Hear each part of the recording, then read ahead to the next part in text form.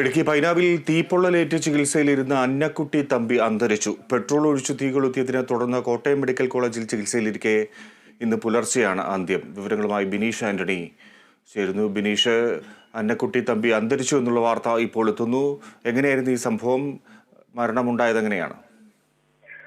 ഈ ജൂൺ 5-നാണ് ഈ കേസിനാസ്പദമായ സംഭവം ഉണ്ടാകുന്നത്. പോലീസ് ഇതേപ്പറ്റി പറയുന്നത് ഈ ഭാര്യയും കുടുംബവും വിവാഹമോചനം ആവശ്യപ്പെട്ടതാണ് ഈ പ്രതി തീവെപ്പ് വൈരാഗ്യത്തിന് കാരണമായത്. പിന്നീടാണ് ഈ ജൂൺ 5-ന് ഭാര്യ മാതാവിനെ അവർ തന്നെ മകളെയും സഹോദരി മകളെയും ഇയാൾ പെട്രോൾ വെച്ച് കൊല്ലാൻ ശ്രമിച്ചത്. പിന്നീട് ഇയാളുടെ മനസ്സിൽ ഭാര്യ വീട്ടുകാരെ വകവരുത്തുക എന്നൊരു ലക്ഷ്യം ഇയാൾക്കുണ്ടായിരുന്നതായും പോലീസ് പറയുന്നുണ്ട്.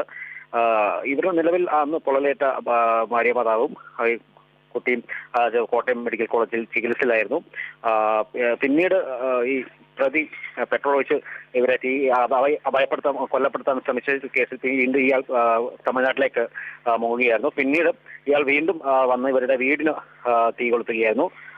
തമിഴ്നാട്ടിലേക്കാണ് ബാക്കിയുള്ളവരും രക്ഷപ്പെട്ടത്. ഏതായാലും ഇന്ന് പുലർച്ചെയായിരുന്നു, 7:45 ഇന്ന് ഈ അന്നക്കുട്ടി തമ്പി മരിച്ചത്. കോട്ടയം മെഡിക്കൽ കോളേജിലായിരുന്നു ചികിത്സയിലുണ്ടായിരുന്നത്.